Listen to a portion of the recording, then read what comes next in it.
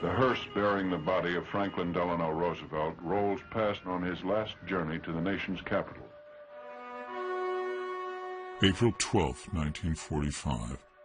President Franklin D. Roosevelt is dead. For millions of Americans, it's like losing a father. Oh, FDR had been our leader for so long, he was such an effective leader, that it was a terrible blow to the country at large.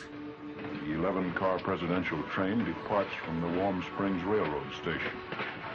Sorrowing throngs line the tracks.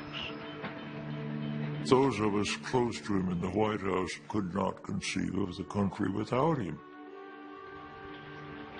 A flag-draped coffin carried on a black caisson drawn by white horses begins the mournful trip to the White House. In Washington, there were 500,000 people on the streets to greet the cortege. People of all ages, races, backgrounds turned out, many openly weeping. The Vice President, Harry S. Truman, was among the first to learn of Roosevelt's passing.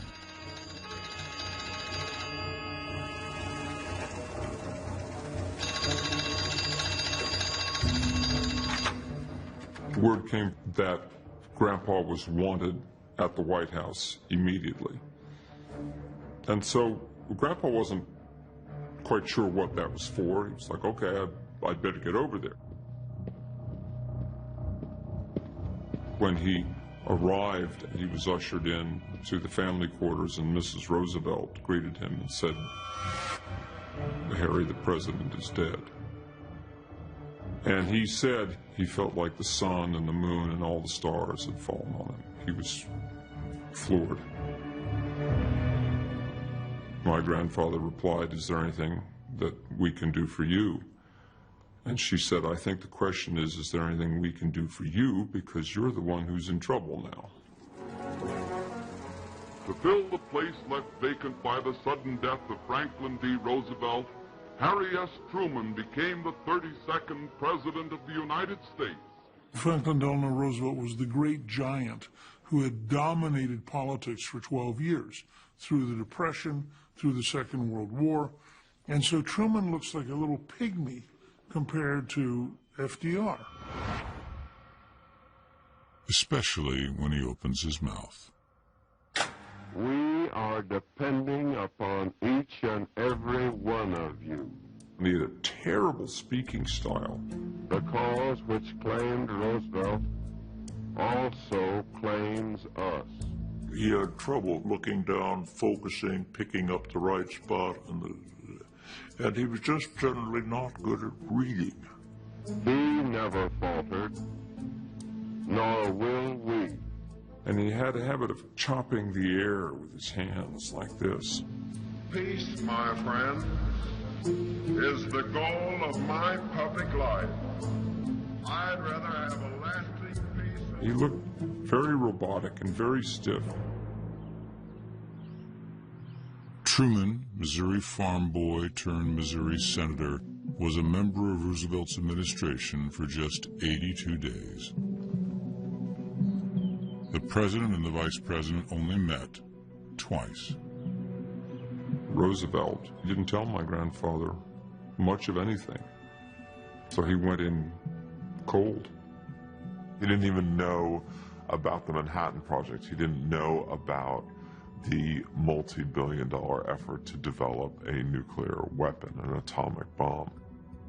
Speaking to the press, one of the first things he said was, "Pray for me, boys. If you've ever prayed for anybody, pray for me now." He never aspired to be president of the United States. It was, I've got this responsibility, I'm going to work hard, I'm going to try to do the right thing, and I trust the American people. It was just that simple. Americans realize that slums like these can no longer exist, where 10 million of our people still live in squalor. power and darkness. Truman may be America's post-war president, but there's no peace for him. American veterans are coming home to a land not fit for heroes. A tidal wave of strikes overwhelms the country. The unions called him public enemy #1 because to keep the country moving at all, he had to break some enormous strikes. There was inflation, and there were housing shortages. There were shortages of meat, eggs, bread. People couldn't buy enough gasoline, couldn't buy rubber tires, couldn't buy nylon stockings. I mean, all kinds of sacrifice that people put up with. The nation's discontent comes to a head with the congressional elections of 1946. The Republicans had the simplest, clearest slogan ever: had enough. The Republican-controlled Congress takes the helm in the House. The GOP now possesses a clear working majority in both branches of Congress. After 18 years on the political sidelines, Republicans are back in control of Congress. Since 1931. It was the first time since the Depression that the Republicans had real power in Washington, and they were raring to go. They really wanted blood. Galvanized, the Republicans now target the White House. Their candidate is tough, slick, and camera savvy. Thomas Dewey was an incredibly impressive guy. When he was a prosecutor, he went after the former head of the New York Stock Exchange. He went after Lucky Luciano. He was an incredibly successful governor of New York who created the state university system, who cut taxes. Thomas Dewey was a political superstar. In 1944, Dewey had run against Roosevelt, but nobody beats a popular president in wartime.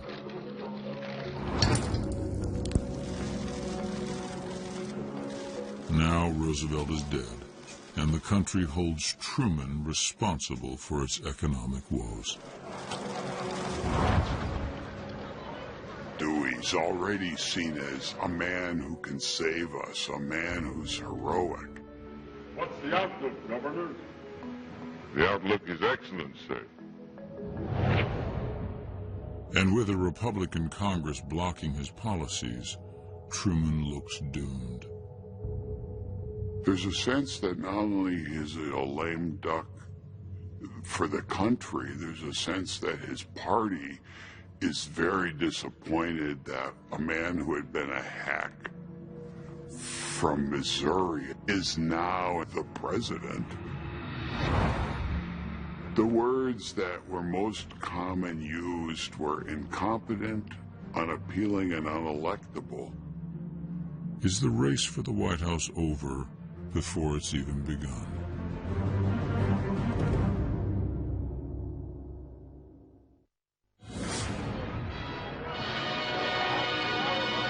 The Republican Party chooses its candidate for the world's biggest job and give Philadelphians a glimpse of convention razzmatazz.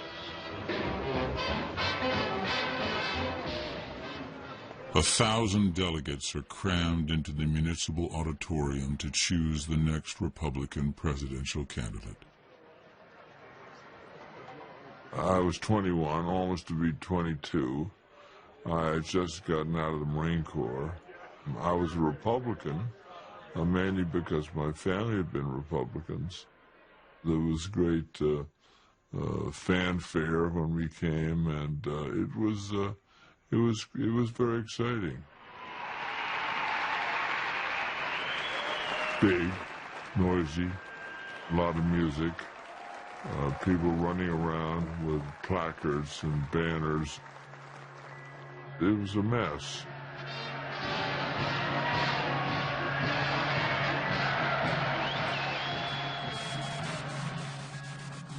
For the first time in history, they have to make room for television cameras.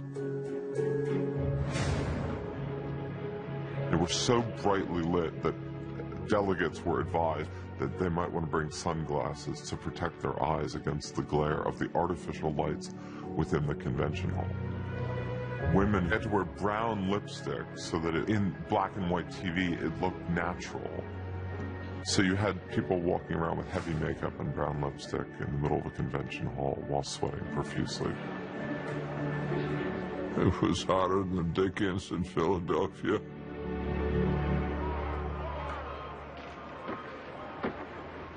The convention will now come to order. Dewey arrives confident of his party's nomination, but there's a strong challenge from Senator Robert Taft, Senate leader, senior conservative, and a president's son. Taft and Dewey were natural, lifelong, and enthusiastic enemies. They were profoundly different men in vision. They were put on the planet to piss each other off.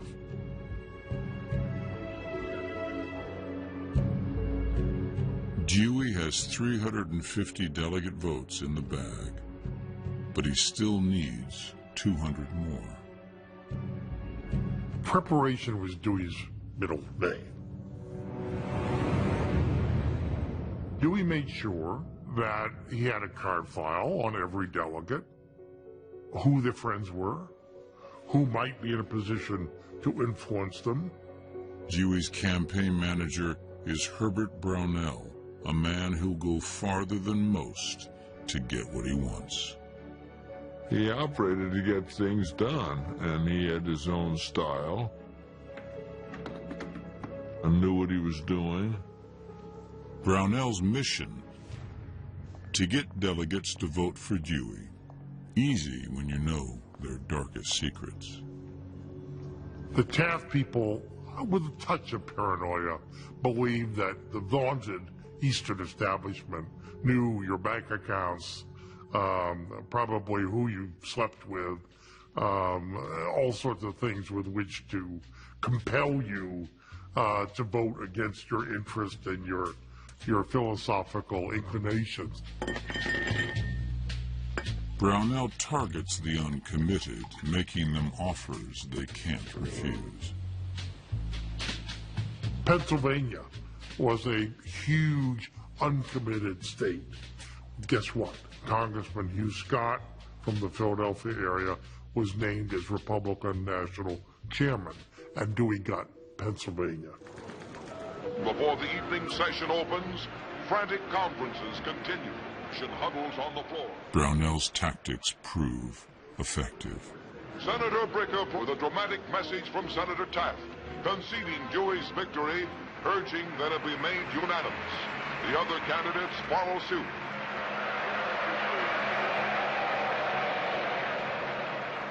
I am profoundly sensible of the responsibility that goes with this nomination. In all humility, I accept the nomination. Dewey was an excellent speaker, and he did a wonderful job explaining what the whole concept of the Republican Party and what his cause was. We must solve the problem of establishing a just and a lasting peace in the world, and of securing to our own and other like-minded people the blessings of freedom and of individual opportunity.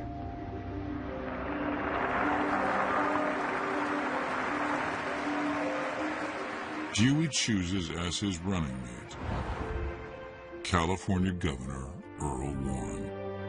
Talk about a dream ticket. The governors of New York and California. I was confident that that was an absolute top winning team, and the country deserved it, and it knew it, and it was going to elect them. 3 weeks later, the Democratic convention comes to Philadelphia. The donkey replaces the Republican elephant. It's the Democrats' turn now, and the city of brotherly love considers President Truman's nomination a foregone conclusion. As a sitting president, Truman's nomination is secure, but his party is sure he'll lose the election. People smell defeat, and they thought Truman was headed to defeat. Truman won't attend the convention until the very last day, but stays glued to the television.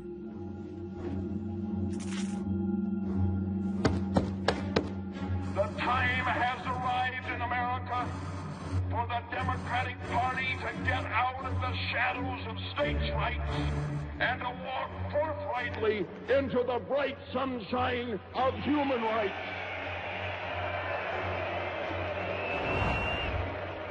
Rising star Hubert Humphrey electrifies the convention. He urges the Democrats to support the burgeoning civil rights movement. 172 years late. I was 22 years old. He gave that speech with such enthusiasm and such vibrancy. I was enchanted by it.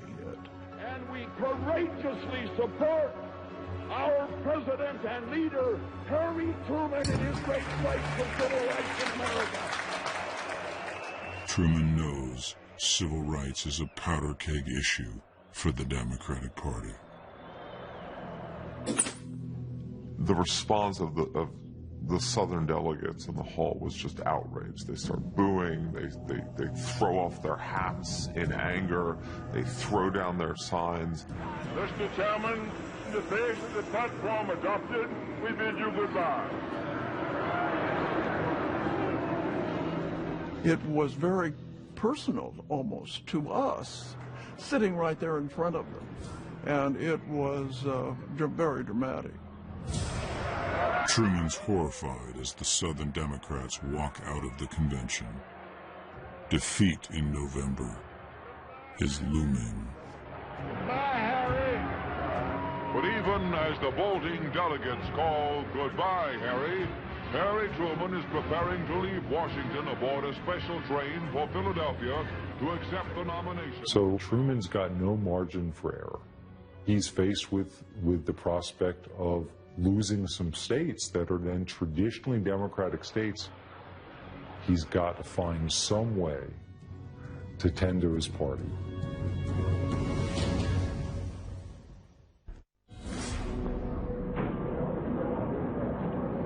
At the left window to the left of the door, you can see the back of Mr. Truman's head.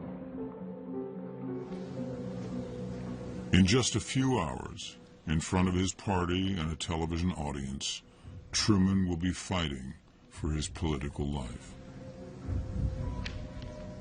This convention address would be the first truly national address where it would be listened by everybody in the country. And so we were very nervous about it.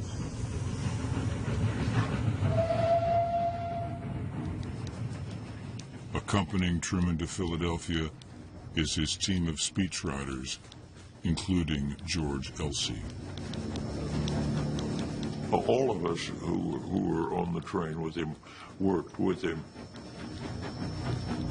He would sit with all of us and read aloud or talk aloud and ask for our suggestions. The only thing between Truman and defeat is this one speech. We would not give him texts with long paragraphs and that sort of thing.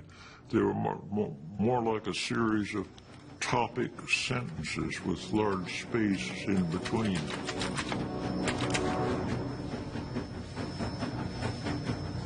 We wanted Truman to talk to the people in their own terms, not make a formal top-down speech. Now here we are to the presidential car coming right up now. President on this side waving to us. Truman doesn't actually ascend to the podium to give a speech till nearly 2 a.m. in the morning. So people are tired, they're hot.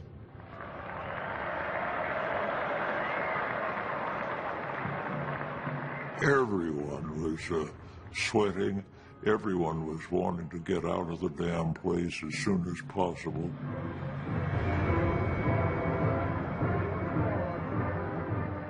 And I can remember him striding up on the platform in that white suit, which was a little bit droopy at the time. It was a tough situation to get up and try to persuade a large audience to listen closely to what you have to say.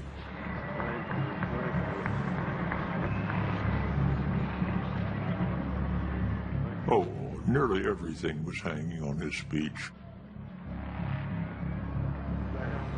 Thank you very much.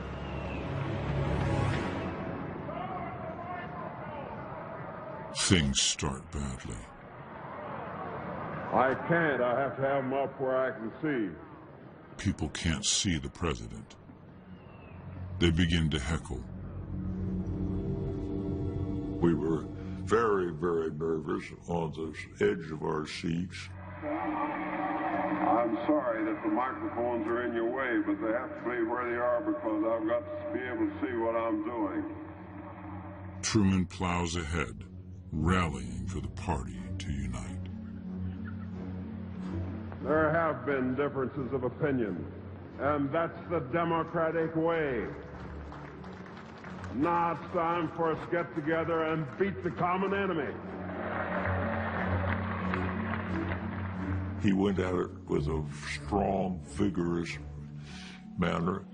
I'll win this election and make these Republicans like it. Don't you forget that.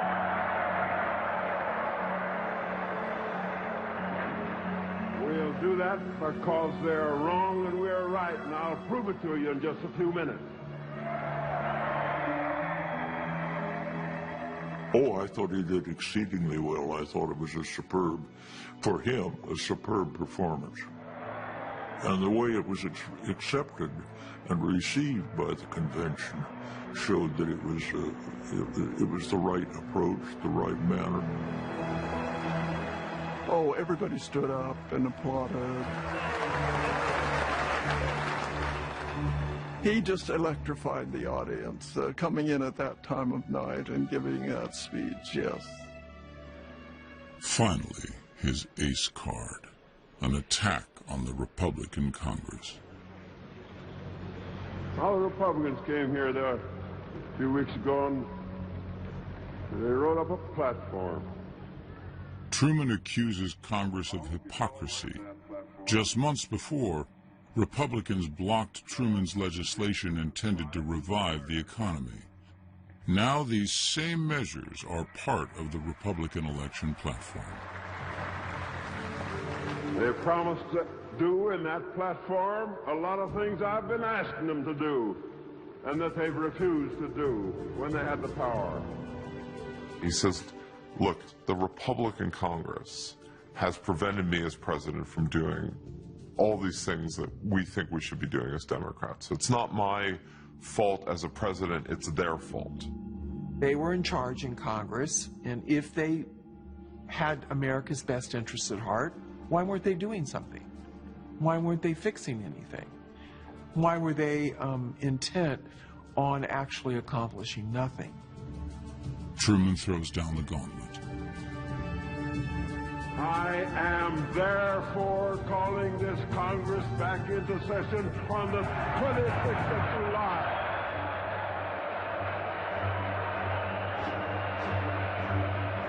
I'm going to call that Congress back, and I'm going to ask them to pass laws halting rising prices and to meet the housing crisis which they say they're for in their platform.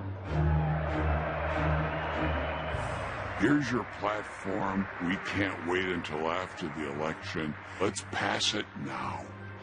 It is possibly the greatest call to put up or shut up in American political history.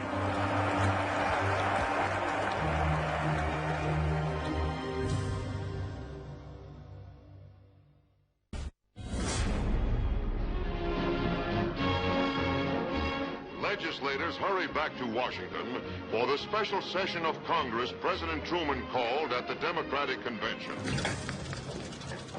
If the Republican Congress refused to pass legislation aimed at boosting the economy, Truman hopes it will prove to the American people that the Republicans can't be trusted. Positive action by this government is long overdue. It must be taken now. He looked strong. He looked like he was in command. He looked like he was seizing the agenda.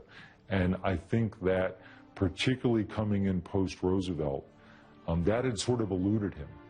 Our people need legislation now to help. Congress blocks the call for action. Truman's plan is working. They sit for 11 days, and that describes what they do. They pass no legislation of consequence. Harry Truman put the blame where he thought it should go, which is a Congress that's doing nothing. So he called it the Do Nothing Congress. So it was an effective message.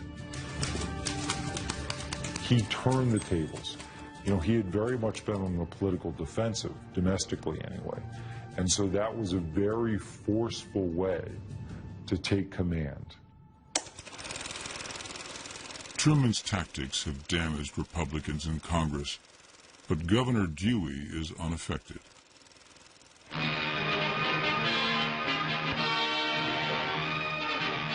Dewey's team make a campaign film to be shown in movie theaters around the country.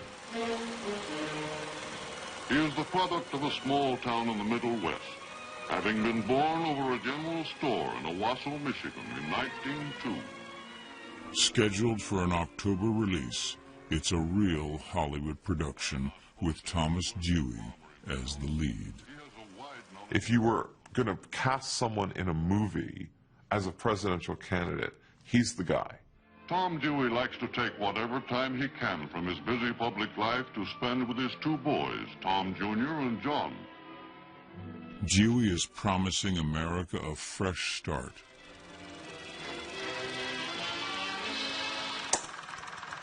They took a poll of the 50 most respected journalists that wrote about politics in America and asked them who was going to win, Dewey or Truman.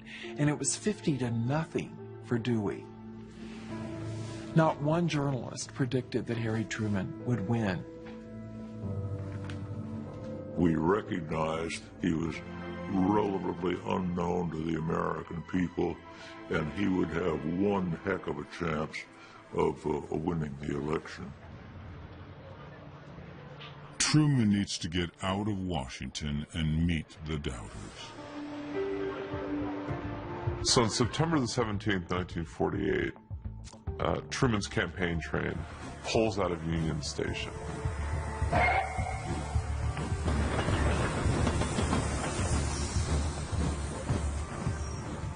Truman's journey takes him through the Midwest, where he trails Dewey by as many as 11 points.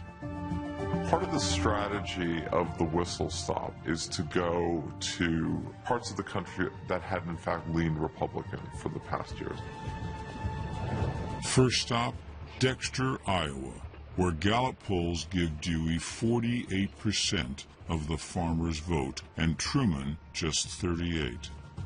To him, farmers were the lifeblood of the country, and he wanted them to know it, and that he was going to be on their side.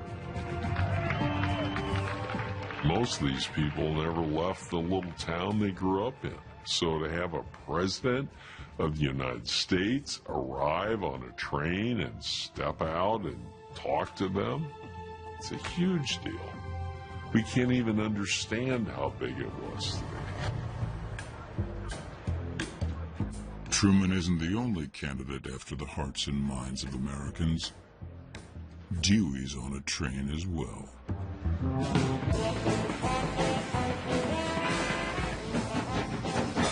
GOP wheel horse is out to entice the voters and oust the Democrats after 16 years. The Dewey train was a model of efficiency. It was a reflection of the man himself. Only at intervals can the governor and Mrs. Dewey relax. At every station, voters have been demanding glimpses of the fast-moving GOP headman. He'd come, he'd wave, he'd smile, he'd make his speech, never departed from script. I pledge to you an administration which will know how to work with the elected representatives of the people. Truman and Dewey's trains crisscross the country, eating up the miles in search of votes. And when Truman pulls into town, he turns on the folksy charm.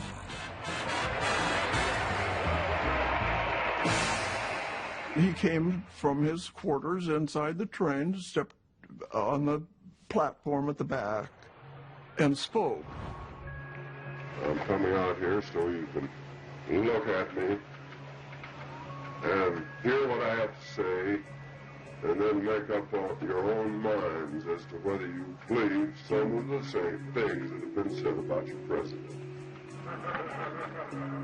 He was likable. Up close, he was likable. I suppose you'd like to meet my family.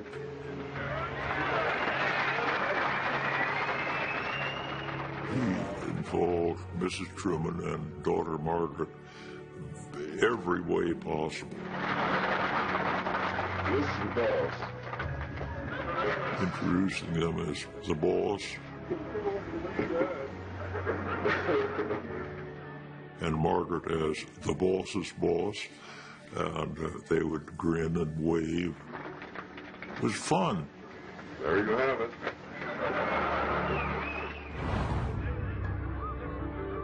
Meanwhile, back on the Victory Special, Dewey is sticking to the script. His speeches became so full of empty bromides and just silly nonsense, saying things like, your future is bright, very bright indeed.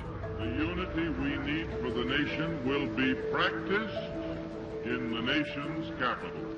They were empty and meaningless. Peace of the world will only be secure when the forces on the side of peace are stronger than the forces on the side of evil. It was hard to really disagree with anything Dewey said. I mean, who could be against peace and prosperity and working together? Dewey is playing it safe, and why not? He's still way ahead in the polls. Time is running out for Harry Truman.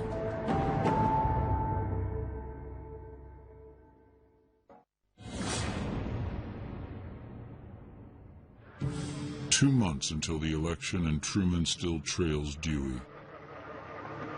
I've been in politics a long time, and it makes no difference what they say about you if it isn't so. But behind his folksiness, Truman's playing a shrewd political game. They've never been able to prove it on me. Behind the scenes, this spontaneous man of the people had a team of researchers who had studied every single place that Truman stopped and had provided briefings. Democratic headquarters send daily briefings back to the train. At every town, every place he was going to stop, we had 3 or 4 pages of information that Truman could look at, grasp quickly, and be ready to talk directly to that community. When he got out there, he knew who the people were in town that had done well. He knew what Democrats were running for what office and how to mention them. He knew that the high school football team had done really well. He knew that they just built a new bridge. In Austin, a big crowd greets the president as he continues his campaign for the Lone Star State's 23 electoral votes. Stressing civil rights. There were 4 or 5 or 6 issues that were very much in the forefront of people's minds. And he was going to do something about them. Oh, it was truly extraordinary. The gap is closing between Dewey and Truman, but not quickly enough. I could tell from the crowds and the newspapers and so on that he was steadily gaining, but quite frankly, I did not think we had time to do it. President Truman continues his all-out bid for re-election. Truman wraps up the offensive. He hits below the belt. The Republican ideal, as I have seen it in action, is summed up in one phrase: big business first. He comes out and says, the Republicans are fat cats. They're in the pocket of Wall Street. They don't care about you, the farmer. They don't care about you, the worker. Harry Truman talked a lot about the worker and about the people who put in a hard day's work, not the fancy folks that are having fancy dinners and running Wall Street. Those are Dewey's folks. They're the ones the Republicans are going to take care of. Implicit in that is, I'm the one who's going to take care of you. Give the Republicans complete control of this government, and we'll start on a boom and bust cycle and try to go through just what we did in the 20s and end up with a crash. He built an alliance with the American people against an unpopular Congress. Basically, I'm enlisting you to take on this do-nothing Congress. This Congress has not done anything for the country. It worked beautifully. And he really began to rise in the esteem of the American people as kind of a fighter. And I don't think people had that image of him before. President Truman, carrying his fight for a continuance of Democratic rule into Southern California, is hailed by thousands in Los Angeles Gilmore Stadium.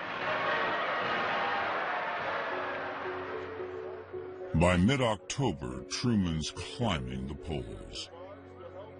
There's now just 5 points between him and Dewey. They fought minimum wages.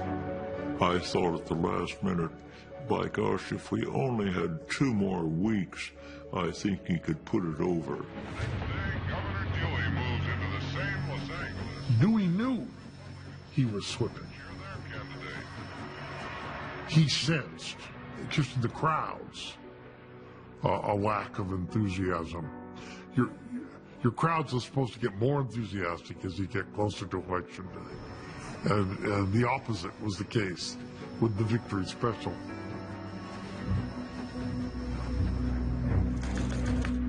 October 18th, 2 weeks before the election, Dewey's train pulls into New York City. When he got back to Albany in the executive mansion, he asked to have newsreels for the last couple weeks of the campaign shown to him. Sitting there in the dark room, he watched the crowds, and he looked at the faces in the crowds,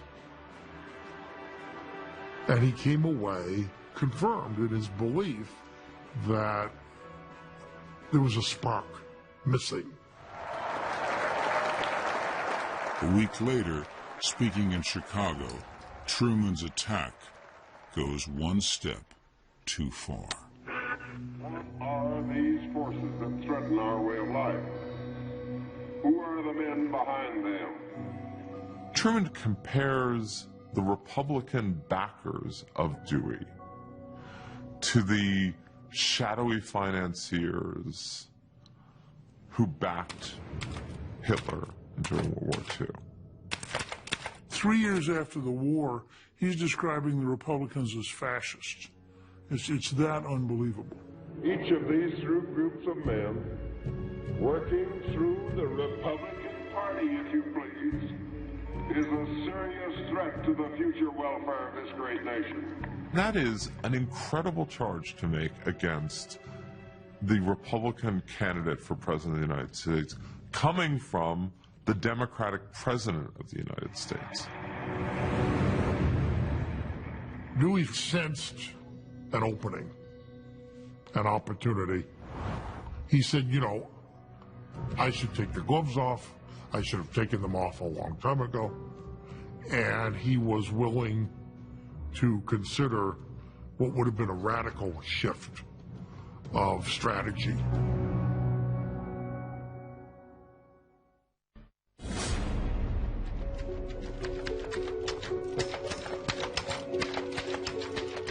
Truman's outlandish attack on Thomas Dewey gives the Republican candidate a chance to hit back. He had a speech written. It would have arraigned the Truman administration for all of its perceived failings and simultaneously made the case for why voters should replace a failed president with a new president. Dewey's used aggressive campaigning before, but it backfired. Dewey, when he ran in 1944, was widely accused of being too negative and too harsh in his attacks on Roosevelt. So instead of doing what instinct told him, he took a poll. He polled all 50 members of the Republican National Committee, and virtually unanimously, back came the response: don't create a ripple. Don't undo what you got, and don't upset the apple cart. Dewey's wife and his friends from home keep saying, oh no, you gotta be presidential, you gotta be presidential. Don't attack, you're fine. The polls back this up. Dewey is set for the White House.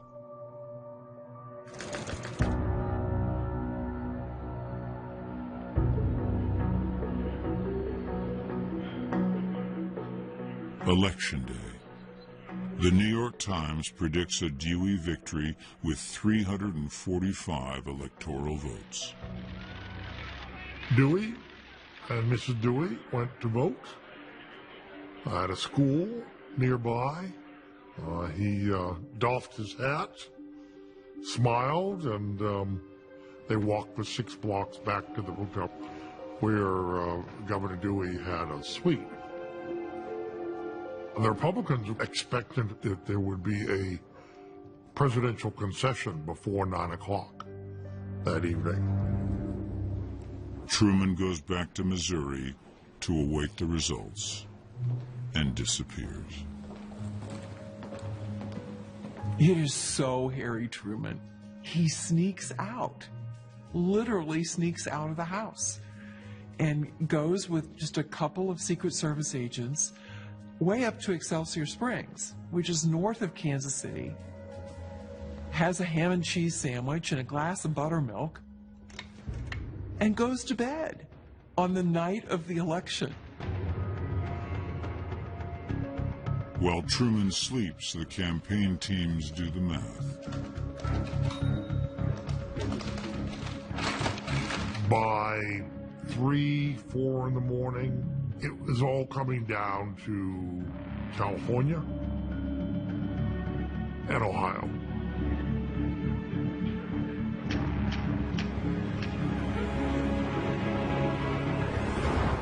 With Ohio's 25 electoral votes, President Truman will have a total of 266 votes in the Electoral College. This is the minimum figure necessary for victory.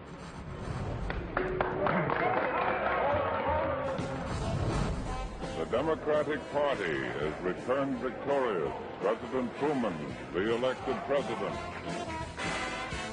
Truman has achieved the unthinkable. He's won the race for the White House, and he doesn't even know it. Truman's asleep. So Secret Service man wakes him up. Little knock on the door at 4 a.m. Says, Mr. President, it looks like you've won the presidency. And Truman invites the man in, shares a glass of whiskey with him, and then gets dressed, shaves, and leaves the hotel. Dewey walked out in the hall outside the suite and noticed the Secret Service protection had faded away into the night along with his chances to be president. And saw someone there and just made the observation, the son of a bitch won. Governor Thomas E. Dewey today conceded the presidential election to President Truman. I sent the following wire to President Truman. My heartiest congratulations to you on your election and every good wish for a successful administration. It was one of those things, like you remember, just like when John Kennedy was shot. I mean, you just couldn't believe what had happened. I don't think there has ever been a bigger shock than when the vote came in. No question the media was shocked. Yeah, but I'm not sure. Obviously, America couldn't have been too shocked. They voted. So the morning comes and Truman has won. The first thing he has to do is get back to Washington. And he takes his train back. And in St. Louis, someone comes on the train and hands Truman the newspaper. The Chicago Tribune printed the headline, Dewey defeats Truman. The American people have given Truman a landslide victory, 303 electoral votes to Dewey's 189. I knew he was gaining. I thought he was close to it, but I did not really expect him to win. And so I was as excited as anybody else when he actually did. At the end of the day, it shows that it's not up to the experts, it's not up to the reporters, it's not up to the pundits, it's not up to the pollsters, it's up to the American people. I will say to you that I expect to work just as hard as I have the job up to date, do it to the best of my ability. Ever since that day, in every single presidential election, one candidate has said, I'm going to fight like Truman and give him hell.